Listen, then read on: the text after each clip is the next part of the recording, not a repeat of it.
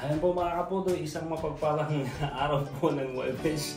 Ayan po, ika-siyam po sa buwan ng Oktubre, taong kasalukuyan 2023. Dumating po yung ating set po siya ng 7 piraso na Dutch oven. May pan, may frying pan, may saucepan, saka may grill siya na rectangular na pan din. Ayan. So, check po natin sa labas. Tapos, siguro bukas makaliwa, baka i-testing namin ni Mrs. Purbo na magluto kung anong positive meron. Yan po, Mrs. Purbo.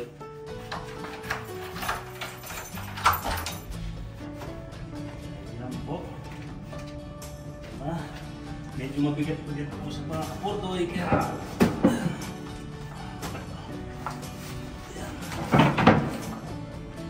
may kasama kasi sa naka-box. So, check po natin kung anong laman. Ayan po, tapos handa na yung gunting. Check natin mga kapodoy.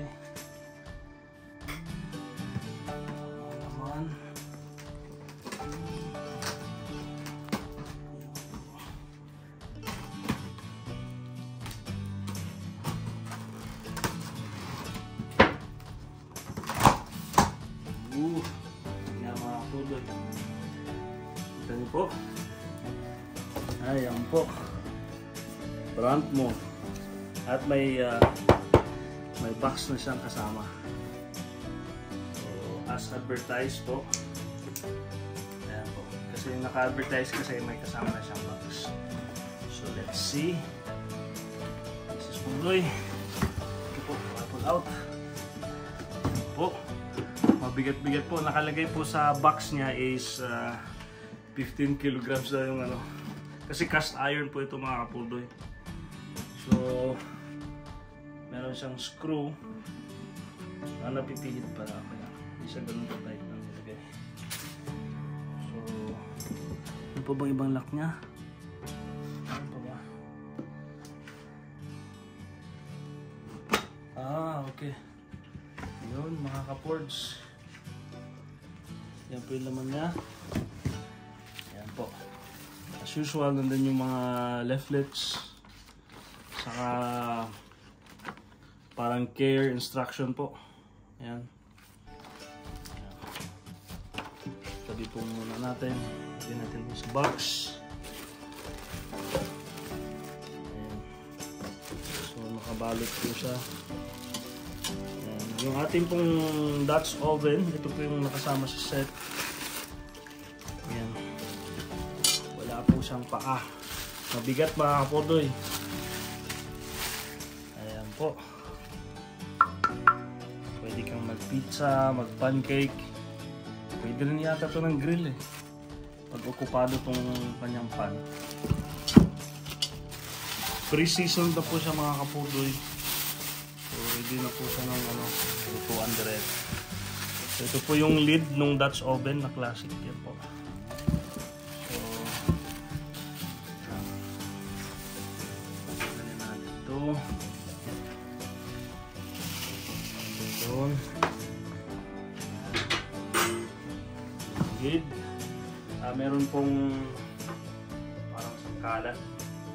Pwede na rin po yan rekta sa apoy.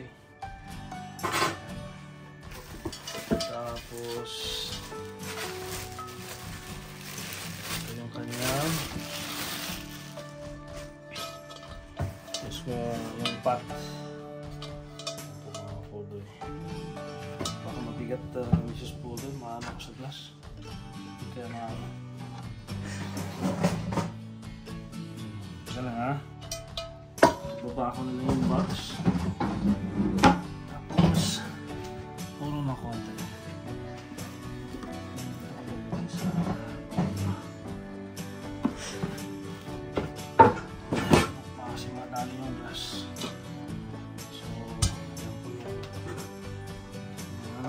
Sa tingin mo, ilang kilo? Uy, ang bigat! Ang bigat niya! Mga Oh my God! Ano siguro Mabigat siya ka Cast mga iron po kapordoy. Ito pa lang parang 2 kilo na. Oo. Sa Mga ano 5 pa kilo lang. siguro, 3 kilo to. Ang bigat niya pala. Sobrang, akala ko ganun ka, ano. Yan po. Hindi pala siya ganun ka. Yan. Mga At 5 malaki kilo yung siguro kanyang pan. to. Yan, ito. Ayan po, pan. pwede ka mag-ano ng steak dito, mag-grill ng isda, kahit ano. Akala ko yung may mahaba pa. Tapos, Baka nasa ilalim. Check natin. ito. Naku, ito pa lang din. Siguro 5 kilo din to. Isang ganito, isang 1 kilo. May lid opener po siya, ayan po. Yan yung ano niya. Ito. Ito magaan lang. Tapos ito yung saucepan na sinabi ko kanina. Pag nagano ka ng sauce. Ayan. Pwede ka yata mag-bake dyan. Yung pahaba. Ito yung ano, may grill mark na ano. Yan, yung para dyan mag-ihaw. Ihaw. Actually, kahit saan dito, pwede mo siyang multi-purpose po yung ano niya. Ayan. So, ayan. So, mga ilang kilo kaya to?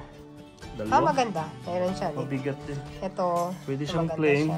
Ito yung plain. Ito yung kung gusto mo ng may grill mark. Full mount. Wow. Ayan.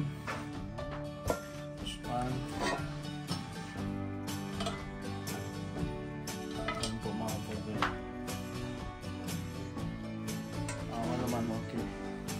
So, tingnan po natin kung anong meron sa susunod. Okay. So, ano masasabi mo? Maganda po yung ano niya, yung produkto. Pulido. Ayan. Maganda mag-ipon ng ganyan. So, bigat. Oo. Stick po. Cast iron. Sa Amazon lang po natin order mga kapodoy. Tapos yung kanya brand ay Brandmore. Ayan po. Ayan sa box na. Paalala lamang po sa mga kano natin, kapodoy. Hindi po ito paid promotion. Nagkataon lang po na inano namin kasi nagagandaan kami sa anong produkto, yung explanation. Good grade siya, tapos pre-season. Basta maganda usually kasi pag cast iron is parang sabi nga nila ay mas mainam na gawin yung paglulutuan. Kaya hindi siya katulad ng ibang mga bakal na nagkakaroon ng reaction sa mga ginagamit natin sa pagluluto. Kaya ng mga seasoning. Yan. So, how about naman sa price? Ano po yung presyo niya is Affordable. ano naman, feasible naman, affordable naman yung presyo niya. Naka-sale din siya ng bahagya. 10% yung diskwento dun sa Amazon. So, not bad. Okay. Ilagay po natin yung kanyang description po sa baba sakaling gusto niyo pong hanapin. Ayan, kasama na rin po yung link.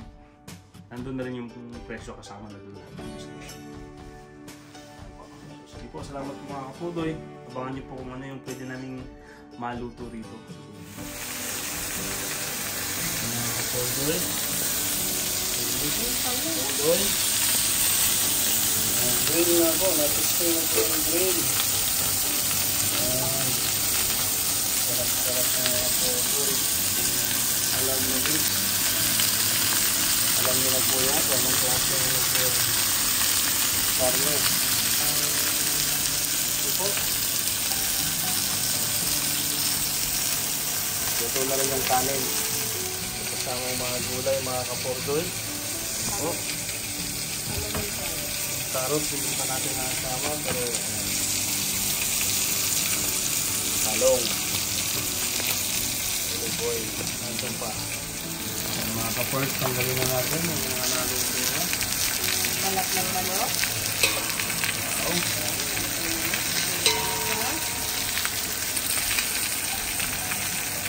Ito ulit.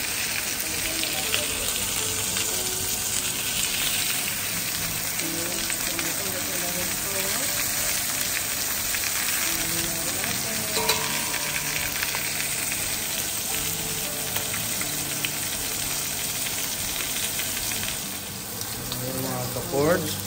Wala na, gibaliktad na mga kapords.